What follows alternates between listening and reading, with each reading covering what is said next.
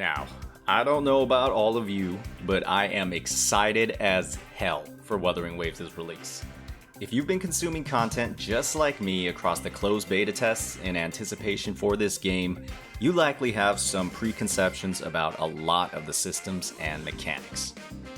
Today, I'll be going over some of the biggest changes that we'll be seeing on release compared to closed beta test 2, which is most of the footage that we'll be seeing on YouTube at this point. But before I do that, we're going to be talking about 5 changes. So I'd better mention the 5 giveaways that I'll be hosting to celebrate this game's release.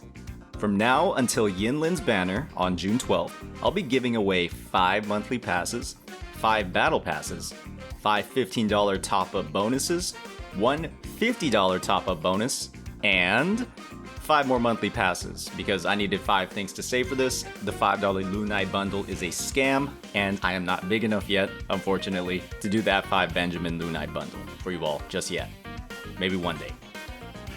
These giveaways will take place across the next 4 weeks, ending with the $50 top-up on Yinlin's release.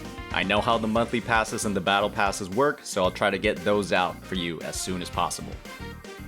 All you have to do to qualify for this giveaway is subscribe to my channel. Some of my videos have a 90 to 10% ratio. Please, guys. Second is follow my Twitch. It's not looking too hot. Third is to follow my Twitter. Fourth is to retweet and comment on the Twitter announcement post with "very cool!" exclamation point. Joining my Discord is the last thing, and it's optional, but this is also where many of the prizes will be given out. You have all been essential to my channel's success thus far, and I'd love the opportunity to give something back. I've recently partnered up with the Danjin mains on Discord. This is an awesome community that is going to be focused on theory crafting for this game. And one of the big changes that I'll be talking about in this video is updates to characters.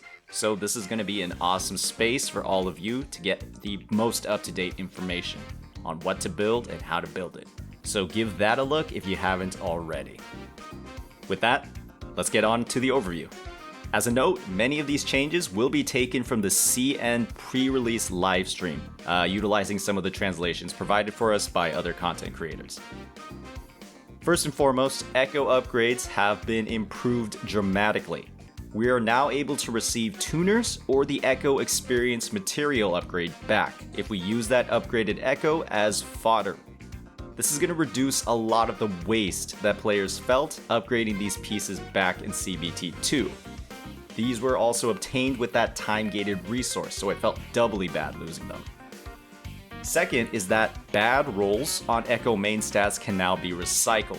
This means that players won't have their inventory filled with suboptimal pieces just like CBT2. These can now be recycled into brand new Echoes with a new main stat that'll hopefully streamline the grind even further for good pieces of gear.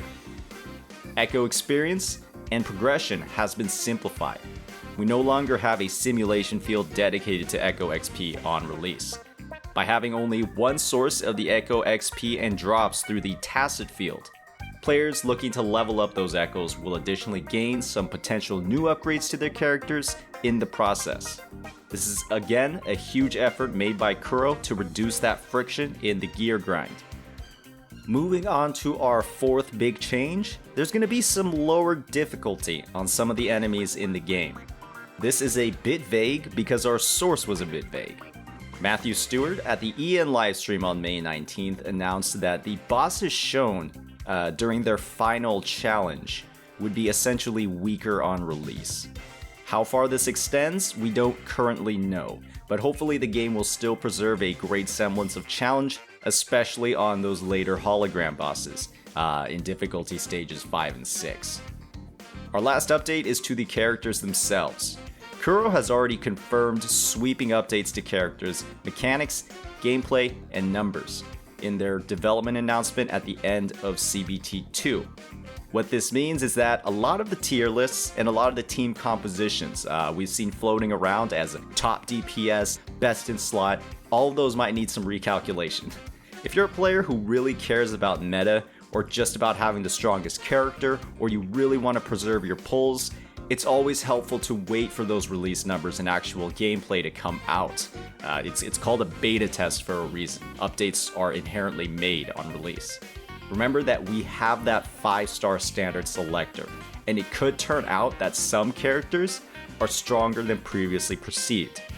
It would be pretty awful to spend a day or two re-rolling and then find out that that character you were re-rolling for isn't as strong as initially thought, or you re-rolled a character that's actually much stronger in release than they were in the beta.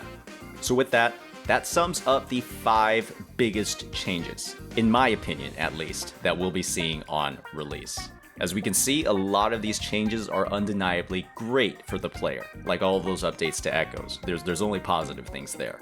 While others, like that decreased difficulty scaling and rebalancing of characters, might have some people picking their pitchforks right back up. But that's it from me. Be sure to check my Twitter for the official announcement post on the giveaway. Winners are going to be announced quite soon, and we'll be rolling those out over the next couple of weeks. With that, peace out, Rovers. Have a good one. Enjoy the release.